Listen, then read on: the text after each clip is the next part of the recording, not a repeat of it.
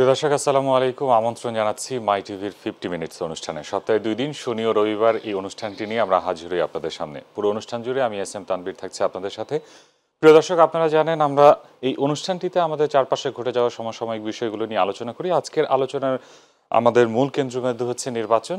আলোচনার বিষয়বস্তু নির্বাচন কতদূর। আলোচনায় উপস্থিত আছেন আমাদের সাথে দুজন অতিথি, তাদের সাথে পরিচয় করে দিব। প্রথমে আমার বামে আছেন advocate Ahmad Azam Khan, vice chairman BNP. আপনাকে মাই টিভির স্টুডিওতে স্বাগত। এরপরেই আছেন নাজমুল আশরাফ, সিনিয়র সাংবাদিক। আপনাকে মাই টিভির স্টুডিওতে স্বাগত। আমরা আজকের আলোচনা মূলত নির্বাচন কেন্দ্রিক করতে চাই। আমরা জানি যে নির্বাচন কমিশনের সার্চ কমিটি 10 জনের নাম প্রস্তাব করেছিল এবং সেখান থেকে আমাদের রাষ্ট্রপতি একজনকে নির্বাচন কমিশনার, প্রধান নির্বাচন কমিশনার এবং 4 জনকে কমিশনার হিসেবে নিয়োগ দিয়েছেন। প্রথমে আমি জনাব অ্যাডভোকেট আহমদ আজম খান, আপনার কাছে জানতে চাই, আসলে এই 4 জন কমিশনার এবং একজন প্রধান নির্বাচন কমিশনার নিয়োগ দেওয়ার পরে আমরা কিন্তু আসলে কোনো রাজনৈতিক দলের পক্ষ থেকে কোনো রকম প্রতিক্রিয়া শুনতে পারিনি। এই 4 জনকে নিয়োগ এবং প্রধান নির্বাচন কমিশনার সহ 5 জন নিয়োগ প্রক্রিয়া সম্পর্কে আপনাদের বিএনপির পক্ষ থেকে মতামত কি? আপনাকে অনেক অনেক ধন্যবাদ সিনিয়র সাংবাদিক নাজমুল আশরাফ। স্বাগতম সম্মানিত দর্শক। আমরা বিএনপি থেকে স্পষ্ট করেই বলেছি যে আমরা প্রত্যাশা করি যে নির্বাচন কমিশন ঘোষিত হয়েছে তারা অত্যন্ত যোগ্যতার সাথে, দক্ষতার সাথে আগামীতে একটি অবাধ এবং নিরপেক্ষ নির্বাচন অনুষ্ঠান করবেন। কারণ 14, 18 এবং 24 এই 3টি নির্বাচনে গত 15 বছর নির্বাচন নামক যে প্রহসন হয়েছে, জনগণের ভোট এই 3টি নির্বাচনে হরণ করা হয়েছে। সেখানে এই 3টি নির্বাচনেই যারা নির্বাচন কমিশন ছিলেন, সিসি থেকে শুরু করে সকল কমিশনার, একজন ছাড়া, এবং তিনি হলেন এই 18 নির্বাচনে যিনি বিবেকের তাড়নায় প্রতিদিন কথা বলতেন, যিনি মাহবুব তালুকদার নির্বাচন কমিশনার। এই একজন ব্যক্তি ছাড়া বাকি 3টি নির্বাচন কমিশনই একেবারেই জনগণের কাঠ গড়ায়, যারা নির্বাচনকে প্রশ্নবিদ্ধই শুধু করেননি, নির্বাচন ব্যবস্থাকে এই 3টি নির্বাচন কমিশন ধ্বংস করে দিয়েছে।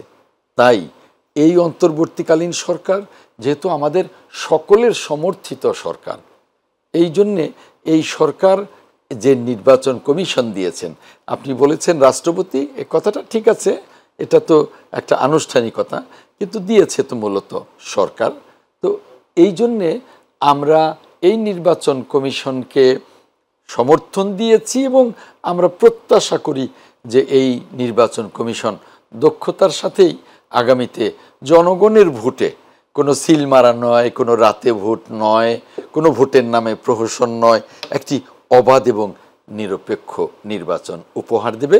জনগণের যে অধিকার, রাষ্ট্রের মালিক যে জনগণ, তার ভোট ছাড়া যে কেউ সরকার গঠন করতে পারবে না, এই নির্বাচন কমিশন সেটা প্রমাণ করে জনগণের অধিকার জনগণকে ফেরত দেবে।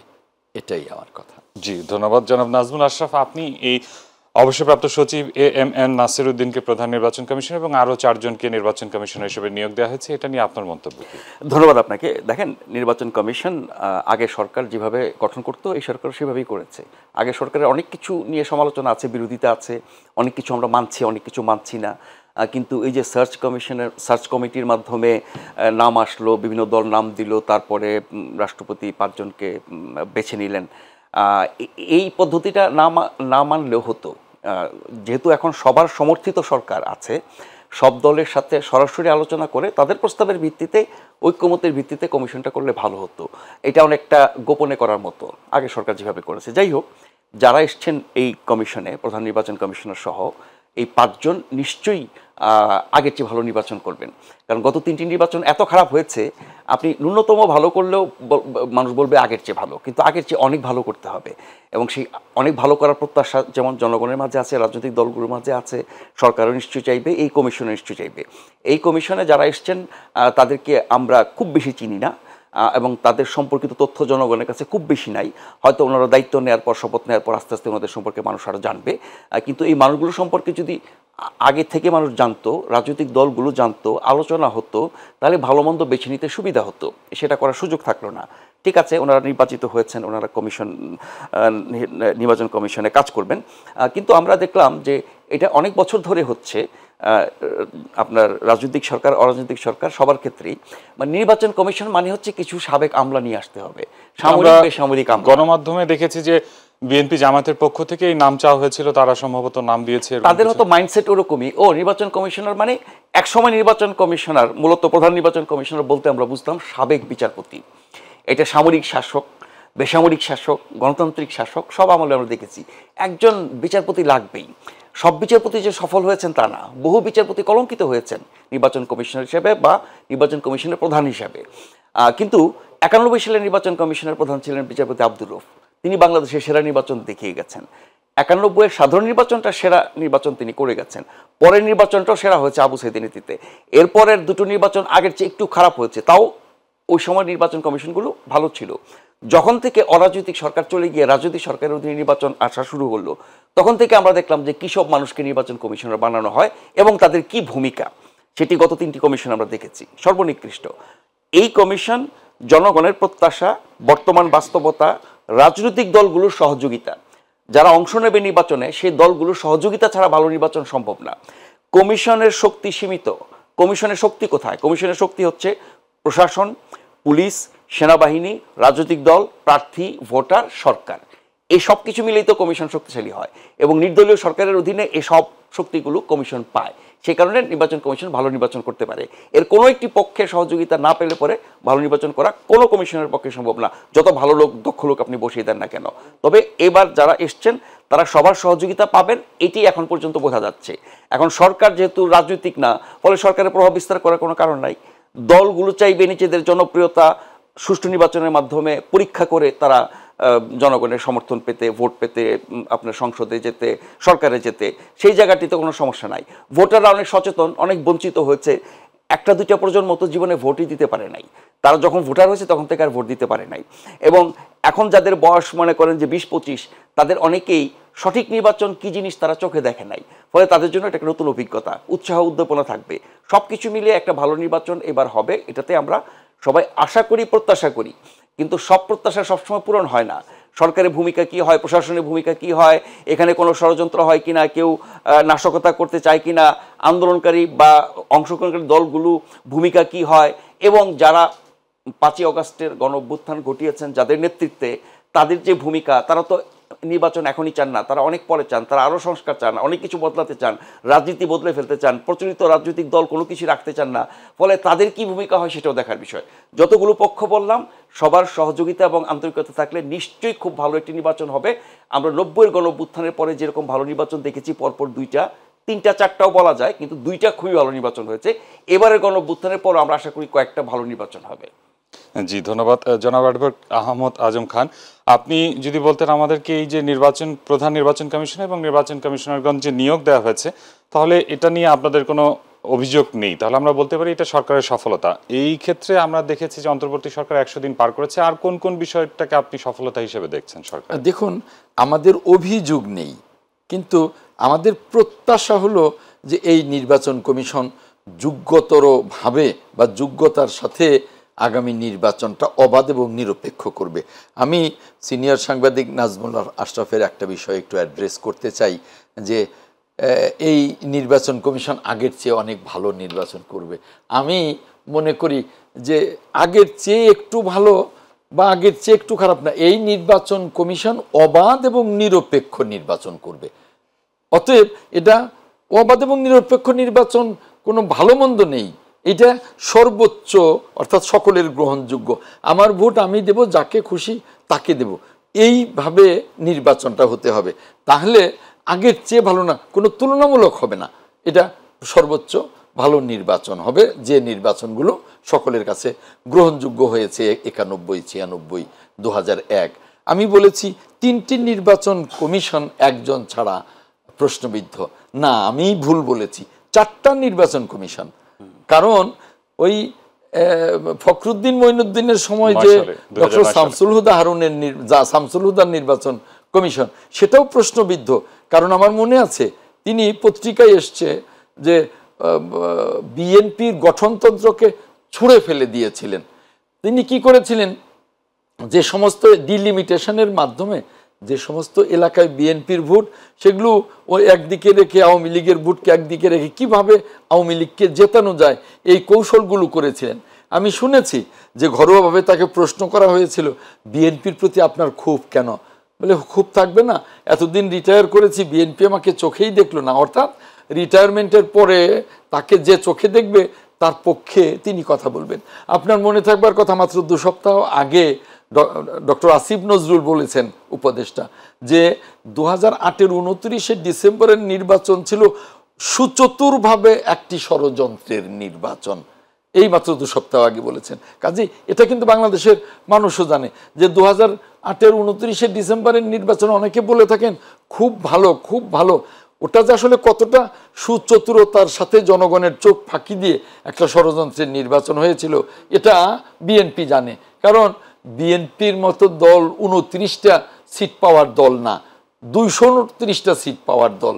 সেখানে শুধু 29টা সিট দেওয়া হয়েছিল এবং ওই সংসদেও তখনকার প্রধানমন্ত্রী শেখ হাসিনা দম্ভ করে বলেছিলেন যে চাইলে আরো কম সিট দিতে পারতাম।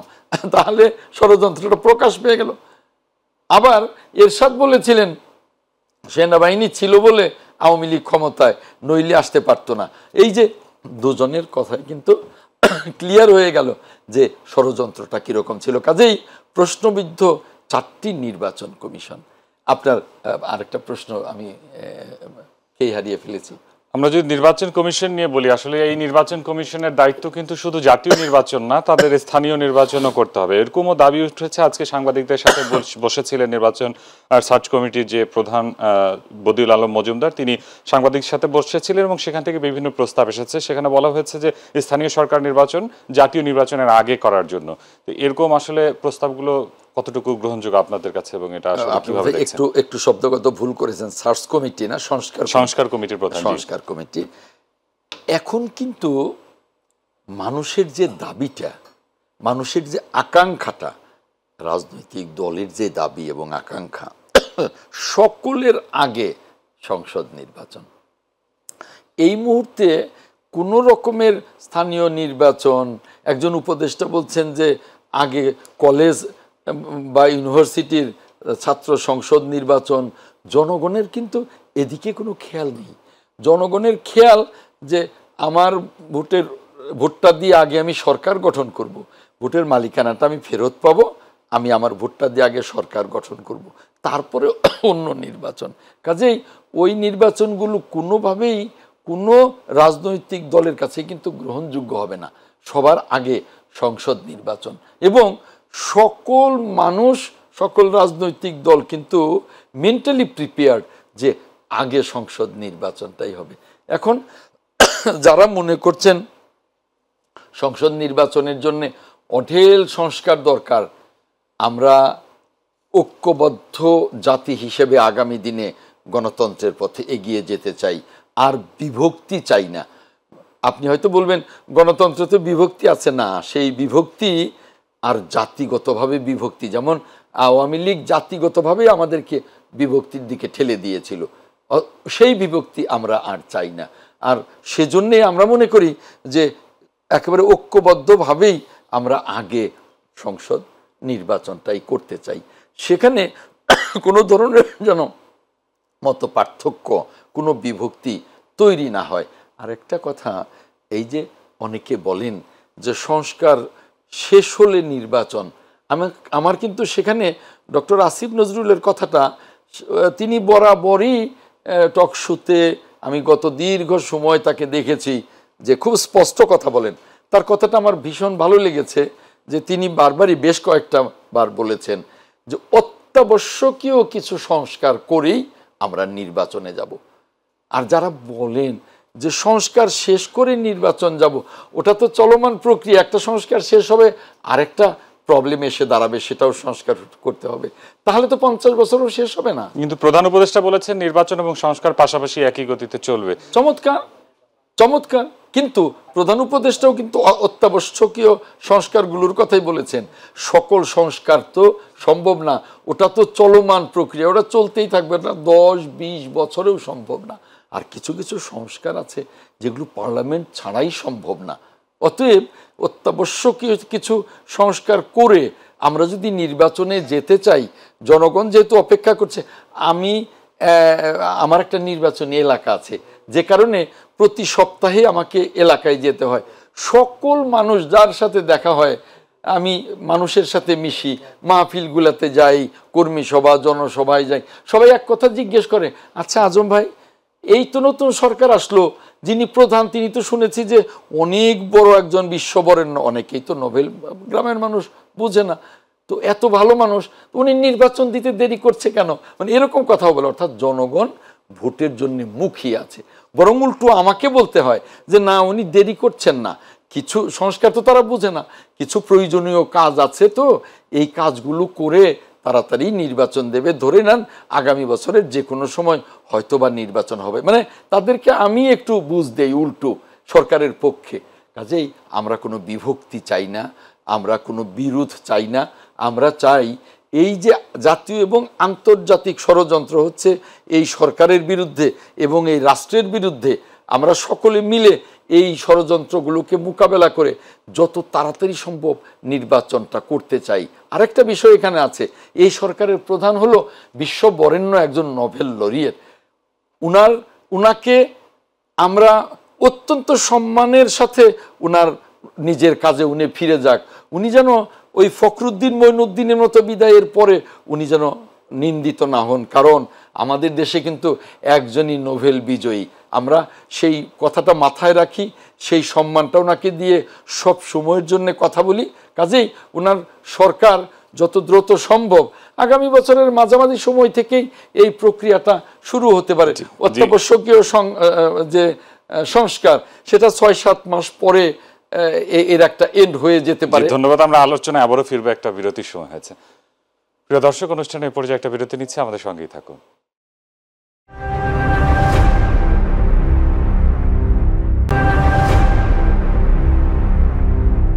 প্রিয় দর্শক, আবারও স্বাগত জানাচ্ছি মাই টিভির 50 মিনিটস অনুষ্ঠানে। আলোচনায় ফিরছি। জনাব নাজমুল আশরাফ, আপনার কাছে জানতে চাই, আমরা যেমনটি আজম খান বলছিলেন, আসলে স্থানীয় সরকার নির্বাচনের আগে জাতীয় নির্বাচন হওয়া উচিত, তবে আজকে যে আলোচনা নির্বাচন সংস্কার কমিটির যে আলোচনা হয়েছে সাংবাদিকদের সাথে নির্বাচন সংস্কার কমিটির প্রধানের, সেখানে বলা হয়েছে যে এই স্থানীয় সরকার নির্বাচনটা আগে করা উচিত এবং এটা নির্দলীয় করা উচিত, এমনকি আমাদের রাষ্ট্রপতি নির্বাচনও সরাসরি ভোটে হওয়া উচিত এমন দাবি করা হচ্ছে। এগুলোর পক্ষে আপনার মতামত? জি, আমি স্থানীয় সরকার নির্বাচন আগে করার পক্ষে, কারণ একটা গণতান্ত্রিক রাষ্ট্রে স্থানীয় সরকারের ভূমিকা খুবই গুরুত্বপূর্ণ।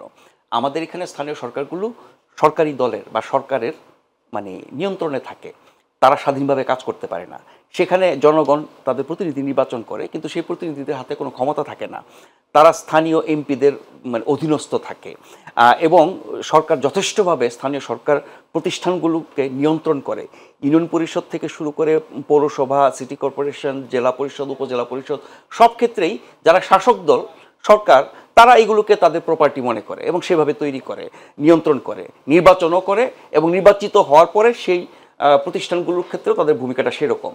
সেক্ষেত্রে যেহেতু একটা পরিবর্তিত পরিস্থিতিতে আমরা ভালো গণতন্ত্র, ভালো নির্বাচন, ভালো জনপ্রতিনিধিত্ব, ভালো নাগরিক সেবা চাই, সেই ক্ষেত্রে যদি স্থানীয় সরকার নির্বাচনটা আগে হয়, দুটো জিনিস মানে এখানে নিশ্চিত হবে। একটা হচ্ছে যে এই নতুন কমিশন যে এসছে তারা কেমন ভালো নির্বাচন করে সেটার একটা পরীক্ষা বা নমুনা হয়ে যাবে। দ্বিতীয়ত, স্থানীয় সরকারেও তো মানুষ ভোট দেবে, ফলে বহুদিন পরে ভোট দেওয়ার যে চর্চাটা, মানুষের প্রত্যাশা এবং দাবিটা, সেটা পূরণ হবে।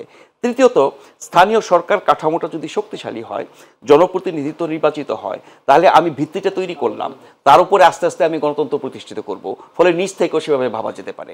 আর রাষ্ট্রপতির সরাসরি নির্বাচন, আমরা যেহেতু সংসদীয় শাসন ব্যবস্থায় আছি, সেখানে রাষ্ট্রপতির সরাসরি নির্বাচনের আমি কোনো যুক্তি দেখি না। রাষ্ট্রপতি শাসিত ব্যবস্থায় রাষ্ট্রপতি সরাসরি নির্বাচিত হন, বরং রাষ্ট্রপতি সংসদের মাধ্যমে নির্বাচিত হোক অথবা সরাসরি ভোটে হতে পারে, কিন্তু জিনিসটা কনফ্লিক্টিং। মানে প্রেসিডেন্সিয়াল ফর্ম অফ গভর্নমেন্ট এবং পার্লামেন্টারি ফর্ম অফ গভর্নমেন্ট যেটা সারা বিশ্বে চর্চা হয়, তার সাথে ওইভাবে মিলে না। সেই ক্ষেত্রে আমি মনে করি যে রাষ্ট্রপতি সরাসরি নির্বাচিত হইলেও কোনো সমস্যা নেই, কিন্তু পরোক্ষ নির্বাচিত হলেও রাষ্ট্রপতি যাতে শুধু অলঙ্কার না হয়, রাষ্ট্রপতি হাতে যথেষ্ট ক্ষমতা থাকা উচিত। রাষ্ট্রপতি এবং প্রধানমন্ত্রীর মধ্যে ক্ষমতার ভারসাম্যের কথা সবাই বলছে, বিএনপি সহ, সেটা হওয়া উচিত। এবং রাষ্ট্রপতি যদি সরাসরি নির্বাচিত হন, ফলে তার কিন্তু ম্যান্ডেটটা, তার মানে শক্তিটা, তার কর্তৃত্বটা আরও বাড়বে। তখন তাকে অনেক বেশি ক্ষমতা দিলেও সেখানে কোনো প্রশ্ন উঠবে না। ফলে রাষ্ট্রপতি, প্রধানমন্ত্রী বা রাষ্ট্রপতি এবং সংসদ, জাতীয় সংসদ, এই সব কিছুর মধ্যে যে ক্ষমতার ভারসাম্য এবং এককভাবে কেউ কোনো কিছু করে কর্তৃত্ববাদী শাসন, স্বৈরাচারী শাসন, ফ্যাসিবাদী শাসন কায়েম করতে পারবে না, সেটা হয়তো নিশ্চিত হবে। কিন্তু এই রাষ্ট্রপতি বলেন, প্রধানমন্ত্রী বলেন, সংসদ বলেন, স্থানীয় সরকার বলেন, সব জায়গায় যদি একই দলের আধিপত্য তৈরি হয়, তাহলে কিন্তু আবার এক না একতান্ত্রিক ব্যবস্থা চলে যাবে। ফলে এখানে ক্ষমতার ভারসাম্য, আপনি স্থানীয় সরকার যদি নির্দলীয় করেন, বহু দলের বহু মানুষ নির্বাচিত হবে, কিন্তু তাদেরকে সেই কর্তৃত্ব দিতে হবে যাতে তারা স্বাধীনভাবে কাজ করতে পারে, জনসেবা নিশ্চিত করতে পারে। দ্বিতীয়ত, আমাদের এখন বিধানই আছে যে সংসদ সদস্যরা স্থানীয় সরকার প্রতিষ্ঠানগুলোর অভিভাবক, উপদেষ্টা, মালিক, তাদের ইচ্ছা অনুযায়ী চলে, তাদের লোকজনকে ওখানে বসায়, এবং সরকারের পছন্দ না হইলে মেয়র বাদ করে দেয়, কমিশনার বাদ করে দেয়, এরকম ব্যবস্থা। সরকারের ক্ষমতা এখানে কমাতে হবে, তাদের ক্ষমতা বাড়াতে হবে। সেটার জন্য যে স্থানীয় সরকার সংস্কার কমিশন আছে, তাদের সুপারিশ অনুযায়ী যদি আমরা স্থানীয় সরকার প্রতিষ্ঠানগুলোকে আগে দাঁড় করাতে পারি, এবং আপনি জানেন যে এই মুহূর্তে আমাদের সারা দেশে স্থানীয় সরকার প্রতিষ্ঠানগুলো নাই, মানে যারা নির্বাচিত ছিল গত সরকার আমলে সবাইকে বাতিল করে দেওয়া হয়েছে এক কলমের কোচে, এটাও ঠিক হয় নাই। যারা নির্বাচিত হয়েছে সবই আওয়ামী লীগের লোক ছিল? নিশ্চয়ই না। এখানে বিভিন্ন দলের লোক নির্বাচিত হয়েছে, নির্দলীয় লোক নির্বাচিত হয়েছে। এখন স্থানীয় সরকারগুলো একেবারে জনপ্রতিনিধিত্বহীন, সেখানে প্রশাসক বসিয়ে দিয়েছে। প্রশাসক কি স্থানীয় সরকার প্রতিষ্ঠানগুলো পরিচালনার জন্য যোগ্য? মোটেও তারা যোগ্য না। যারা নির্বাচিত হয়েছিলেন ইউপি পরিষদ থেকে সিটি কর্পোরেশন, পৌরসভা, জেলা পরিষদ, উপজেলা পরিষদ, তাদের সাথে জনগণের যে সম্পৃক্ততা, তারা এলাকার মানুষ হিসেবে এলাকার সমস্যা যেভাবে জানেন, তাদের কাছে মানুষ যেভাবে যায়, তারা যেভাবে জনগণের সাথে ইন্টারেক্ট করেন, এই বাস্তবতাগুলো কোনো প্রশাসক দিয়ে হবে না। ফলে আমরা রাষ্ট্রীয়ভাবে, কেন্দ্রীয়ভাবে গণতন্ত্র নাই, স্থানীয়ভাবে গণতন্ত্র নাই। আমরা যদি নিচ থেকে শুরু করি এবং এর যে গুরুত্ব প্রয়োজনীয়তার কথা বললাম সেটা আমরা অনুধাবন করি, তাহলে আমার মনে হয় স্থানীয় সরকার নির্বাচন আগে হতে পারে। তো আমরা যদি এইভাবে বেছে বেছে বাদ দিতাম, সবাইকে বাদ না দিয়ে যদি সরকার বেছে বেছে বাদ দিত, তাহলে কোনো ধরনের বিতর্কের সৃষ্টি হতে পারত। বিগত সরকার ফ্যাসিবাদী, স্বৈরাচারী, একনায়কতান্ত্রিক, কর্তৃত্ববাদী, যা বলি, দুর্নীতিবাজ, অমুক তমুক, সব ঠিক আছে, কিন্তু বিগত সময়ে হয়েছে বলে সব কিছুই খারাপ সেই বিবেচনা করে আমরা ৩০০-র মতো এসআই যারা দীর্ঘ সময় প্রশিক্ষণ দিয়ে কষ্ট করে বিভিন্ন যোগ্যতার মধ্য দিয়ে গেছেন, সবাই কি ছাত্রলীগ ছিল? আর যদি ছাত্রলীগ হয়েও তারা কোয়ালিফাই করে থাকতে পারে, পরীক্ষা থেকে শুরু করে প্রশিক্ষণ সব ক্ষেত্রে তারা যোগ্য হয়ে থাকতে পারে, তাহলে নাগরিক হিসেবে আমরা তাকে বঞ্চিত করবো কেন? ঠিক একইভাবে স্থানীয় সরকার যারা নির্বাচিত হয়েছিলেন সবকে আওয়ামী লীগের, আর যদি আওয়ামী লীগের হয়ে থাকে, সঠিকভাবে নির্বাচিত হয়ে থাকে, তাহলে আপনি তাকে বাদ দিবেন কেন? কোনো বাছাবাছি করা হয় নাই। মানে এখন একটা হুজুগ চলছে। হুজুগটা কি? বিগত সরকারের সময় বাদ, বিগত সরকারের সময় বাদ। তো বিগত সরকারের সময় তো এই সরকার, এই আন্দোলনকারী, এই লোকজন, এই দল সবাই ছিল। তার মানে বিগত সরকারের সময় অস্তিত্ব থাকাটাই যেন অপরাধ হয়ে গেছে, এরকম পাইকারি হারে করা ঠিক না। জি, ধন্যবাদ জনাব আজম খান। আপনি এই বিষয়টাকে কিভাবে বিশ্লেষণ করবেন? আসলে যেভাবে বাদ দেওয়া হচ্ছে, রদবদল করা হচ্ছে, বিভিন্ন প্রতিষ্ঠান থেকে বাদ দেওয়া হচ্ছে, সবাইকে আসলে এই বাদ দেওয়াটা কতটুকু যৌক্তিক? দেখুন, গত 15 বছরে আসলেই কিন্তু এই শেখ হাসিনার সরকার একেবারে বেছে বেছে ডিএনএ টেস্ট করে তাদের দলীয় লোকদেরকে অ্যাপয়েন্ট করেছে। যেখানেই সেখানে অন্য কোনো দলের যত মেধাবী হোক তার ঢোকার কোনো সুযোগই ছিল না। এটা তো আপনার মনে থাকবার কথা, একজন উপদেষ্টা আওয়ামী লীগের ইমাম কি ইমাম এইচটি ইমাম, উনি তো বলেই দিয়েছেন যে সব ছাত্রলীগ, তোমাদের চিন্তার কোনো কারণ নেই, চাকরি আমরা দেব। সেখানে একেবারে এমনও দেখা গেছে পত্রিকায় যে ফার্স্ট সেকেন্ড হওয়ার পরেও কম্পিটিটিভ পরীক্ষায় তার চাকরি হয়নি। কারণ যখনই ইনকোয়ারিতে গেছে দেখে যে সে রাজনীতি করে না, তার বাবা করে বিএনপি, বা তার দাদা করে, বা তার চাচা করে, খালু করে, ফুফু করে, মানে যেই করুক তার আর চাকরি হয়নি। কাজেই এরকম ডিএনএ টেস্ট করে যেখানে প্রত্যেকটা জায়গায় একেবারে টপ টু বটম, সেখানে এই যে একটা ছাত্র জনতার অভ্যুত্থান, সেখানে সেই পরিবর্তনটা তো সব জায়গায় আসতে হবে। আমি শুধুমাত্র একজনকে পরিবর্তন করলাম, নিচের সমস্ত দোসররা রয়ে গেল, আমি তো টিকতে পারবো না। ঠিক তেমনি আমি একটা সেক্টর ঠিক করলাম, আরেকটা সেক্টরে আমি ধরলাম না, ওইখানে তো দোসররা রয়েই গেছে। 15 বছরে কেউ বলতে পারবে না যে কোনো রাজনৈতিক দল সমর্থিত না, নিরপেক্ষ একটা লোকের চাকরি হয়েছে, সে যত মেধাবী হোক আর যত এভারেজ ক্যালিবারেরই হোক না কেন, যদি ছাত্রলীগ করে তার চাকরি হয়েছে। কারণ ওই যে আপনার মনে থাকবার কথা, আপনি তো মনে থাকবার কথা না, আপনি হয়তো পড়েছেন, তখন হয়তো আপনাদের বয়স ছিল না, 73 একটা বিসিএস ছিল, বলা হতো তুফাইল ব্যাস, মানে তুফাইল আহমেদ সব স্লিপ দিয়ে দিত এবং নির্বাচন কমিশন, পাবলিক সার্ভিস কমিশন তাদের চাকরি দিয়ে দিছে। ও 73 আপনি বিসিএস, ও তুফাইল ব্যাস, এরকম কথা বলে। তো সেরকম গত 15 বছরে সমস্ত মানে ছাত্রলীগ ব্যাচ, অতএব এদেরকে যদি রাখা হয় তাহলে তো এই যে পরিবর্তনটা, এই পরিবর্তনটাই তো অর্থহীন হয়ে যাবে। অতএব এখন থেকে কোনো মেধার ভিত্তিতে অ্যাপয়েন্টমেন্ট হবে, কোনো দলীয় ভিত্তিতে না। অতএব আমি মনে করি যে এইখানে আমূল পরিবর্তনটা অত্যন্ত জরুরি, নইলে যে কোনো জায়গায় হোক সেখানেই দোসররা থেকে যাবে, তারা রাষ্ট্রের বিরুদ্ধে কাজ করবে। ওই যে দেখেন না, একবার শ্রমিক বেশে, একবার আনসার বেশে, বিভিন্ন বেশে রাষ্ট্রকে অস্থিতিশীল করবে। আমরা যদি বলি যে আসলে সংস্কার প্রয়োজন অনেক বেশি, তাহলে তো এটা একটা সময় সাপেক্ষ ব্যাপার। কিন্তু বিএনপির পক্ষ থেকে নির্বাচনের রোড ম্যাপ চাওয়া হচ্ছে বারবার। আপনাদের ভারপ্রাপ্ত চেয়ারম্যান তারেক রহমান আজকে একটি জনসভায় বলেছেন যে আসলে নির্বাচন যত দেরি হবে তত ষড়যন্ত্র বাড়বে। এবং কি ধরনের ষড়যন্ত্রের আভাস আপনারা বোঝাতে চাচ্ছেন? আসলে আপনারা তো কোনো রাজনৈতিক দল বাতিলের পক্ষেও কোনো মত দেননি, যে আসলে কোন রাজনৈতিক পক্ষ দলকে বাতিল করা উচিত, এর বিরুদ্ধে আপনারা মতামত দিয়েছেন। আমরা এই জন্যেই দিয়েছি যে আমরা দেশটাকে গণতন্ত্রায়নের পথে নিতে চাই। অতএব আমরা তো জাসদকে দেখেছি নিষিদ্ধ না, মুসলিম লীগ নিষিদ্ধ না, কিন্তু তারা কিন্তু বিলুপ্তির পথে জনগণের ভোট না পাওয়ার কারণেই।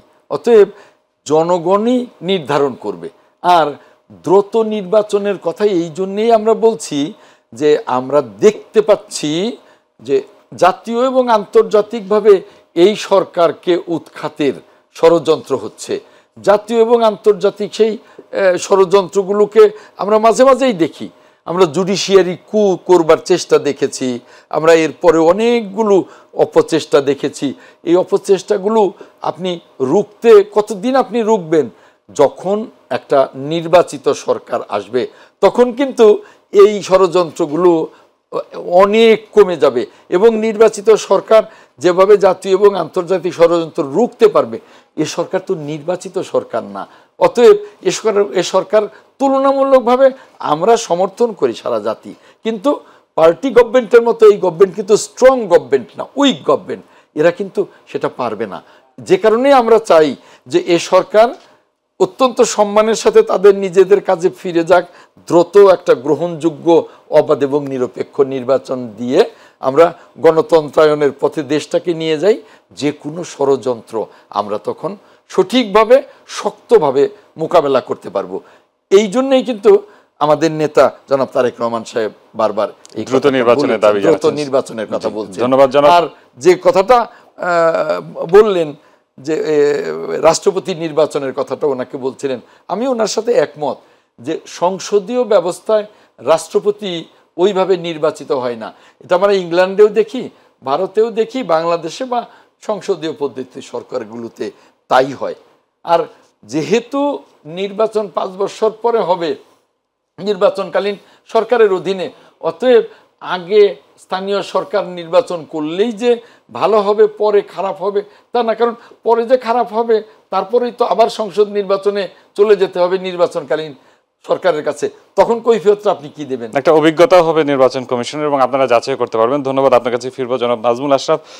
আমরা দেখছি যে বিএনপির পক্ষ থেকে বারবার রোড ম্যাপ চাওয়া হচ্ছে এবং একজন উপদেষ্টা কিন্তু আমাদের বলেছেন যে নির্বাচন আসলে 26-এর মাঝামাঝি হবে, এরকম একটা আভাস দিয়েছেন। আবার আজকে কিন্তু আমরা দেখেছি উপদেষ্টা নাহিদ ইসলাম বলেছেন বিএনপি দ্রুত নির্বাচনে যতই চাপ দিক সংস্কার কমিশনের কাজের উপর ভিত্তি করেই নির্বাচনের দিকে এগোবে সরকার। আসলে এই সংস্কারের জন্য কত সময় দেওয়া উচিত? দেখেন, সংস্কার কতদিন কতটুকু এই সরকার করবে বা কতটুকু পরে সরকার এসে করবে, মৌলিক সংস্কার, ন্যূনতম সংস্কার, যৌক্তিক সময় পরে নির্বাচন, এরকম কথাবার্তা আমরা অনেক শুনছি। এগুলো ধরেন সরকার একটা পক্ষ, বিএনপি সহ রাজনৈতিক দলগুলো একটা পক্ষ, আর বাদবাকি মানুষ, নাগরিক সমাজ থেকে শুরু করে সাধারণ মানুষ, বিভিন্ন শ্রেণী পেশার মানুষ, তার একটা পক্ষ। কিন্তু সরকার তো একটাই, উপদেষ্টা পরিষদ একটাই। আমরা একটা উপদেষ্টা পরিষদে কত রকমের বক্তব্য শুনছি। প্রধান উপদেষ্টা কি বলছেন, ডক্টর আসিফ নজরুল কি বলছেন, নাহিদ ইসলাম কি বলছেন, আসিফ কি বলছেন, এবং তাদেরই সহযোদ্ধা যারা মাঠে আছেন বৈষম্যবিরোধী ছাত্র আন্দোলন, তারা কি বলছেন। ফলে এই পক্ষের মধ্যে কিন্তু অনেক মতভেদ আছে। এখন বলতে পারেন যে এগুলো যার যার ব্যক্তিগত মত, ঠিক আছে, কিন্তু আপনি যখন মাঠে ময়দানে আছেন, সরকারের বাইরে আছেন, তখন আপনি ভিন্ন মত দিতে পারেন। একই দলের ভিতরে নানান মত হতে পারে। বিএনপির বিভিন্নতার মুখে আমরা বিভিন্ন রকমের কথা শুনছি, কিন্তু সবগুলো যোগ করলে বিএনপি ন্যূনতম সংস্কারের পরে এক দ্রুত নির্বাচন চায়, দ্রুততম সময়ের মধ্যে গণতান্ত্রিক ব্যবস্থায় ফিরে যেতে চায়। প্রধান উপদেষ্টা যদি ধরি এই সরকারের প্রধান, উনি বিগত বেশ কয়েকদিনে অনেকগুলো সাক্ষাৎকার দিয়েছেন। তার মধ্যে ডেইলি স্টারের সাক্ষাৎকারে এই বিষয়টা একদম খোলাসা করেছেন। তিনি স্পষ্ট করে গত 2 দিন আগে তিনি সাক্ষাৎকার দিয়েছেন। এই 2-3 দিন আগে তিনি স্পষ্ট করে বলেছেন যে সংস্কার কমিশনগুলো রিপোর্ট জমা দেওয়ার পরে তিনি এবং তার সরকার সকল রাজনৈতিক দলের সাথে বৈঠক করবেন। যদি তারা একমত হন যে আমরা এই সবগুলো সংস্কার করে যাব, সেটা করব। যদি তারা বলেন যে না আপনারা এটুকু করবেন, এটুকু রেখে দেন নির্বাচিত সরকারের জন্য, আমরা সেটা করব। আর যদি বেশিরভাগ দল বা তারা একমত হয়ে বলে কোনো সংস্কার দরকার নাই, এখনই নির্বাচন দেন, আমরা এখনই নির্বাচন দেব। তার মানে উনি পুরো বিষয়টা রাজনৈতিক দলগুলোর উপর ছেড়ে দিয়েছেন। এখন রাজনৈতিক দল কারা? বিএনপি, জামাত, গণ অধিকার পরিষদ, সিপিবি, অনেক ইসলামী দল আছে। তার মানে এই দলগুলোর মধ্যে সবচেয়ে বড় দল কোনটা? বিএনপি। এখন কার কি অবস্থান এটা নির্বাচন ছাড়া বুঝবো না, কিন্তু আমরা তো অতীতের রেকর্ড জানি, ভালো নির্বাচনের রেকর্ড জানি, জনসমর্থন কার কতখানি। সব দল মিলিয়ে তো বিএনপির 1/10 হবে না। তাহলে আমি যদি রাজনৈতিক দলগুলোর ইচ্ছার উপরে ছেড়ে দিই, তাহলে বিএনপির ইচ্ছাকে সবার আগে সম্মান করতে হবে, একই সাথে অন্যান্য দলগুলোরও। এখন ধরেন 40টা দল 50টা দলের সাথে সরকার কথা বললো, তারপর দেখলো কি যে 50টা দলের মধ্যে 40টা দলই চায় না এখনই নির্বাচন। বলবে হ্যাঁ 40টা দল চায় না, আমরা কিভাবে করি? কিন্তু 40 দল মিলে তো এক দলের 1% না।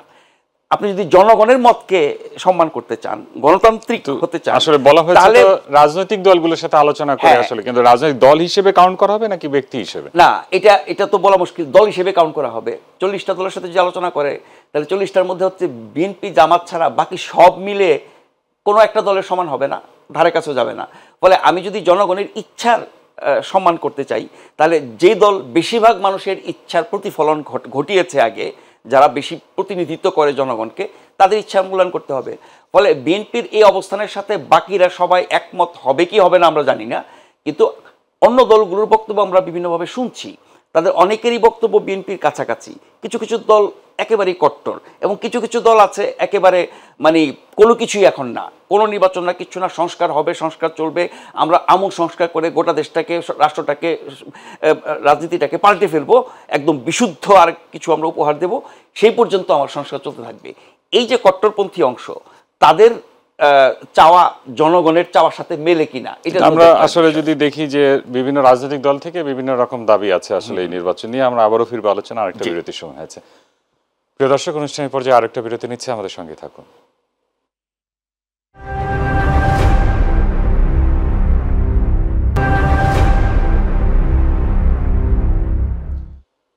প্রিয় দর্শক, আবারও স্বাগত জানাচ্ছি মাই টিভির 50 মিনিটস অনুষ্ঠানে। ছিলাম আলোচনায়, এবার ফিরছি জনাব আজম খান আপনার কাছে। জানতে চাচ্ছি আসলে আমরা যেমনটা সিনিয়র সাংবাদিক নাজমুল আশরাফ বলছিলেন যে আসলে প্রধান উপদেষ্টা বলেছেন যে সংস্কার কমিটির রিপোর্ট ডিসেম্বরের মধ্যে আসলে ওনার কাছে দেওয়া হবে, এরপরে সব রাজনৈতিক দলগুলোর সাথে উনি বসবেন এবং বসে একটা জানুয়ারি ফেব্রুয়ারিতে দেবে। এখন আর একটু পেছানো হয়েছে। এই রিপোর্টগুলি পাওয়ার পরে আসলে সব রাজনৈতিক দলগুলোর সাথে বসে যদি সব রাজনৈতিক দলগুলো একমত হয় নির্বাচনের ব্যাপারে, নির্বাচন দেওয়া হবে। যদি সংস্কারের জন্য সময় দেওয়া হয় তাহলে তিনি সেই সংস্কার কার্যক্রম পরিচালনা করবেন। কিন্তু আমরা দেখেছি বিএনপি একটা রোড ম্যাপ চাচ্ছে, নির্দিষ্ট একটা সময়সীমা চাচ্ছে, বলা হচ্ছে প্রয়োজন হলে আবার সময় বাড়াবে এই সরকার, কিন্তু একটা নির্দিষ্ট সময়সীমা চাচ্ছে। আবার জামাতের পক্ষ থেকে দেখা হচ্ছে, জামায়াতে ইসলাম বলছে যে আসলে সংস্কারের জন্য যে উপযুক্ত সময়, সেই সময়টা এই সরকার নেওয়ার পরেই ইলেকশন দিবে। কিন্তু আমরা জানি আপনারা প্রথমে 4 দলীয় ঐক্য জোটে ছিলেন, পরে 20 দলীয় জোটে রূপান্তরিত হয়েছেন, জামাত কিন্তু আপনাদের দলের অন্তর্ভুক্ত ছিল। তো এখন আসলে এই বিভিন্ন রাজনৈতিক দলগুলো বিভিন্ন মতামত কেন? আপনারা সব রাজনৈতিক দলকে নিয়ে নিজেদের মধ্যে বসে ঐক্যমতে পৌঁছানো কোনো সিদ্ধান্ত আছে কিনা, কিংবা বসার কোনো পরিকল্পনা আছে কিনা আপনাদের? দেখুন, ডক্টর ইউনূস স্যার যে কথাটা বলেছেন যে এই সংস্কার কমিশনগুলোর রিপোর্ট পেলে প্রথমে ডিসেম্বর, পরে জানুয়ারিতে রিপোর্ট পেলে রাজনৈতিক দলগুলোর সাথে বসবেন, এটা কিন্তু খুবই চমৎকার বলেছেন। আমি মনে করি এটা সঠিক। এখন আমরা আরেকটা কথা বলেছি যে আমরা যৌক্তিক সময় দেব। এখন জামায়াতের সাথে আমাদের কথার ভিন্নতা থাকতে পারে, সেটাও গণতন্ত্রের সৌন্দর্য। আমরা এক দলে ছিলাম না, আমরা একটা জোটে ছিলাম, পরবর্তী সময়ে আমরা যুগপৎ আন্দোলনে ছিলাম। এখন গণতন্ত্রে সকল মত কিন্তু একমত হবে না, মত ভিন্ন ভিন্নই হবে, কিন্তু সংখ্যাগরিষ্ঠের শাসনটা এস্টাবলিশড হবে। এইটাই কিন্তু তাই বলে যারা সংখ্যালঘিষ্ঠ দলগুলো থাকবে তাদের মতামতের প্রতি সবসময়ই শ্রদ্ধা থাকবে, বিবেচনা থাকবে, তাদের একটা সঠিক বক্তব্যকে সমর্থন করবে। এটাই গণতন্ত্রের সৌন্দর্য। কাজেই একসময় জামায়াত জোটে ছিল, একসময় সমমনা ছিল, এখন যদি তাদের সাথে আমাদের মতের পার্থক্য হয় সেটাকে আমি কোনো বিভাজন দেখব না, আমি গণতন্ত্রের সৌন্দর্য মনে করব। কাজেই আমি মনে করি যা আমরা যৌক্তিক সময় বলেছি, আমরা মনে করি যে এই সময়টা বেশি প্রলম্বিত হলে, বেশি দীর্ঘ হলে, যে আমি আগের এপিসোডেই বলেছি যে জাতীয় এবং আন্তর্জাতিক ষড়যন্ত্র ডালপালা মিলবে, সেটা যেন না মেলে তার আগেই আমরা যেন গণতন্ত্রে ফেরত যেতে পারি। কারণ নির্বাচন ছাড়া, নির্বাচিত সরকার ছাড়া গণতন্ত্রে ফেরত যাওয়ার তো কোনো পথ নেই। অতএব আমরা সেই দিকে আছি এবং আমরা জাতীয় ঐক্যমত্যের ভিত্তিতেই সেই দিকে যেতে চাই। কেউ যদি দ্বিমত পোষণ করেন তার সাথে আলোচনা করেই যেতে চাই, দ্বিমতটাও গণতন্ত্রের সৌন্দর্য। আপনারা বলছেন যে জোটে ছিল, আসলে আপনাদের বিভক্তির কোনো আনুষ্ঠানিকতা বা কোনো কিছু হয়েছে এরকম? আপনারা কোনো ঘোষণা দিয়েছেন যে আসলে আপনাদের জোট ভেঙেছে বা তারা এখন জোটের অন্তর্বর্তী নেই, কিংবা তাদের রাজনীতি নিষিদ্ধ করা হয়েছিল পরে আবার তারা রাজনীতিতে ফিরেছে, এরকম কোনো রকম প্রতিক্রিয়া কি আপনাদের দলের পক্ষ থেকে জানানো হয়েছে? না না না, এটা তো সাম্প্রতিককালে, বেশ আগেই, প্রায় 2 বছরেরও বেশি আগে জামায়াত যখন একটা সাংবাদিক সম্মেলন করে বলেছিলেন, আমার যতটুকু মনে পড়ে, যে আমরা আর জোটে থাকবো না, তখন আমরাও বলেছিলাম যে ঠিক আছে, তাহলে আর জোটের দরকার নেই, আমরা যার যার মতো আন্দোলন করব, প্রয়োজনে যুগপৎ আন্দোলন করব। সেই যুগপৎ আন্দোলনে জামায়াতও ছিল, এটাই তো গণতন্ত্র। কাজেই এখানে জামায়াতের সাথে বিরোধের কোনো সম্ভাবনা নেই। গণতন্ত্র যে ভিন্ন মত থাকবে সেটা থাকবে। এবং আমি মনে করি 5ই আগস্ট অন্তত একটা শিক্ষা আমাদের দিয়ে গেছে যে গণতান্ত্রিক অগ্রযাত্রায় সকল দল আমরা একসাথে চলবো, ভিন্ন মত থাকবে, কিন্তু তাই বলে বিরোধ, বিভাজন বা কোনো হিংসাত্মক অবস্থান এটা আর থাকতে পারবে না। এটা 5ই আগস্টের কিন্তু বড় শিক্ষা। 5ই আগস্টের আরেকটা বড় শিক্ষা যে একজন ফ্যাসিস্টের কি পরিণাম হতে পারে, রাজনৈতিক দলগুলোকে কিন্তু সেই শিক্ষা দিয়ে গেছে। সেদিক থেকেও প্রত্যেকটা রাজনৈতিক দলের সে কথাটা সবসময় মাথায় রেখেই গণতান্ত্রিক অগ্রযাত্রায় সকলকে নিয়ে কাজ করা উচিত। জি, ধন্যবাদ আপনাকে জনাব নাজমুল আশরাফ। আমরা যদি আসলে এই সংস্কার বলা হচ্ছে, সংস্কার বিষয়টা প্রকৃত সংস্কার যদি জানতে চাই, আমরা দেখছি যে বিভিন্ন ছাত্র জনতার অভ্যুত্থান বলা হচ্ছে, ছাত্র জনতার আন্দোলন বলা হচ্ছে, ছাত্র জনতার সরকার বলা হচ্ছে, কিন্তু বিভিন্ন ধরনের ছাত্র জনতাই আমরা রাস্তায় আবার দেখছি তারা বিভিন্ন দাবি দাওয়া নিয়ে আসছে এবং সংস্কারের দাবি তোলা হচ্ছে। আসলে ছাত্র জনতার জন্য প্রকৃত সংস্কার আপনি কোনটাকে বোঝাচ্ছেন? আমাদের খুব সংক্ষিপ্ত আকারে বলবেন। ছাত্র জনতার আন্দোলন ছিল আপনার 5ই আগস্ট পর্যন্ত। এরপরে ছাত্ররা, বৈষম্যবিরোধী ছাত্ররা, তারা একটা শক্তি হিসেবে মাঠে আছে। এর বাইরে যারা মাঠে নামছে, বিভিন্ন কলেজ, ইউনিভার্সিটি ছাত্ররা, ওটা কিন্তু কোনো সংস্কার না, ওইটা কোনো অভ্যুত্থান না, ওইটা কোনো আন্দোলন কিছুটা বলা যেতে পারে। মূলত তারা দাবি দাওয়া নিয়ে নেমেছেন। কিন্তু এই সময় এসে সব ধরনের মানুষ দাবি দাওয়া নিয়ে যদি রাস্তায় নেমে জনদুর্ভোগ তৈরি করেন, আইনশৃঙ্খলা পরিস্থিতির অবনতি ঘটান, মানুষের নিরাপত্তা বিঘ্নিত করেন, এটা তো ঠিক না। কারণ এই সরকার তো এই দাবি দাওয়া মানার জন্য আসে না। এই সরকারের কাছে দাবি দাওয়া কেন লোকজন উত্থাপন করছে?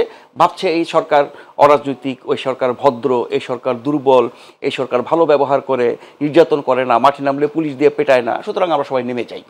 এটা হচ্ছে একটা কারণ। আর দ্বিতীয়ত হচ্ছে এই যে আমরা 36 দিনের আন্দোলনের ফলে যে সরকারের পতন ঘটালাম, এটার একটা প্রভাব তো আছেই। মানে ছাত্ররা মাঠে নামলে, ছাত্র জনতা মাঠে নামলে, মানুষ মাঠে নামলে চাইলে যে কোনো অসাধ্য সাধন করা যায়, যে কোনো দাবি আদায় করা যায়, সরকার ফেলে দেওয়া যায়। 16 বছরের কঠিন সরকার, শক্তিশালী সরকার, সেটাকেও ফেলে দেওয়া গেছে। ফলে এটার একটা প্রভাব তো আছেই, মানুষ সেভাবে উদ্বুদ্ধ হয়। তবে গণতান্ত্রিক দেশে যে কেউ আপনার মাঠে নামতে পারবে, আন্দোলন করতে পারবে, দাবি দেওয়া জানাতে পারবে, বিক্ষোভ করতে পারবে।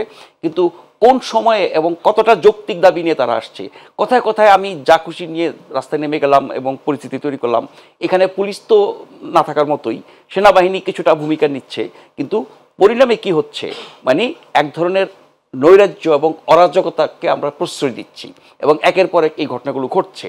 এই যে ঢাকা কলেজ সিটি কলেজ মারামারি হলো, সেখানে পুলিশ তো কিছু করতে পারে না, সেনাবাহিনী গিয়েও মোটামুটি একটা ব্যবস্থা করেছে। তারপর ছাত্ররা সেনাবাহিনীর উপর খেপে গেছে, সেনাবাহিনীকে আমরা পুলিশের মতো ব্যবহার করছি। কদিন পর তো তাদের মান সম্মান ইজ্জত নিয়ে টানাটানি হবে। তাদেরকে এত দীর্ঘ সময় মাঠে একেবারে পুলিশের কাজ করাতে গেলে সেনাবাহিনীর যে ভাবমূর্তি, এবং সেনাবাহিনী আমাদের সকল ক্রান্তি লগ্নে 90-এর পর থেকে সবচেয়ে বড় ভূমিকা রেখেছে। এবারে গণঅভ্যুত্থানও তাই। সরকার পরিবর্তন, সরকার গঠন, এখন পর্যন্ত সরকারকে সমর্থন দিয়ে সাধারণ মানুষের জীবনে স্বস্তি আনার চেষ্টা করা, সব ক্ষেত্রে কিন্তু সেনাবাহিনীর বড় ভূমিকা আছে। তাদেরকে আমরা বিতর্কিত না করি। আর দাবি দাওয়া আন্দোলন এসব ক্ষেত্রে আমরা প্রধান উপদেষ্টার কাছে শুনেছি, উনি বলছেন যে আপনারা এই সময় দাবি দাওয়া কম নিয়ে আসেন, আর যদি জরুরি হয় আসেন, আমরা আলোচনা করি, কথা বলি। কিন্তু আলোচনা করছে না, কথা বলছে না, মাঠে নেমে যাচ্ছে, রাস্তা দখল করে ফেলছে। আপনি ব্যাটারির কথা বলছিলেন, ব্যাটারির বিষয়ে 1 মিনিট বলি। এখন ব্যাটারি চালিত রিক্সা কিন্তু অনেক বেশি মানবিক। এই আধা মিনিটে শেষ করব যে ব্যাটারি চালিত রিক্সা হঠাৎ করে জন্ম হয় নাই। এই রিক্সা কারা আমদানি করে, কারা তৈরি করে, কারা এর মালিক, কারা চালাচ্ছে, এতদিন ধরে চললো কেন, আগে ভিতরের রাস্তায় চলতো এখন বাইরের রাস্তায় চলে, সবকিছু মিলিয়ে পুরো সংকটটা এমন পর্যায়ে নিয়ে গেছে বা আমরা নিতে দিয়েছি, এরপরে এসে হঠাৎ করে বন্ধ করে দেব, এটা খুবই অমানবিক এবং অযৌক্তিক। লাস্ট লাইন বলি, ব্যাটারি চালিত রিক্সা অনেক বেশি মানবিক। এর যদি অবৈধতা থাকে এটাকে বৈধ করা উচিত। অনেক অবৈধ রিক্সা আছে, পায়ে চালানো রিক্সা, প্যাডেল রিক্সাও আছে, সেগুলো বেছে বেছে কমানো উচিত।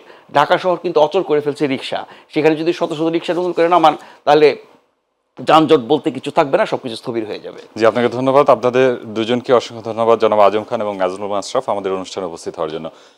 প্রিয় দর্শক, আমরা আলোচনা করছিলাম নির্বাচন নিয়ে। আপনারা জানেন যে এরই মধ্যে প্রধান নির্বাচন কমিশনার এবং 4 জন কমিশনার সহ 5 জনকে নিয়োগ দেওয়া হয়েছে। আসলে বিগত নির্বাচনগুলো এতটাই বিতর্কিত ছিল যে এই নির্বাচন কমিশন এবং কমিশনারদের প্রতি মানুষের আস্থাটা অনেক বেশি হওয়া উচিত, এবং তারা আসলে এটার প্রতি প্রত্যাশা অনেক বেশি যে তারা একটা সুন্দর নির্বাচনের মাধ্যমে একটি সুন্দর সরকার উপহার দিবে, এমনটা প্রত্যাশা করছে রাজনৈতিক দল সহ সর্বসাধারণ। এতক্ষণ আমাদের সঙ্গে থাকার জন্য আপনাদের অসংখ্য ধন্যবাদ। শুভরাত্রি।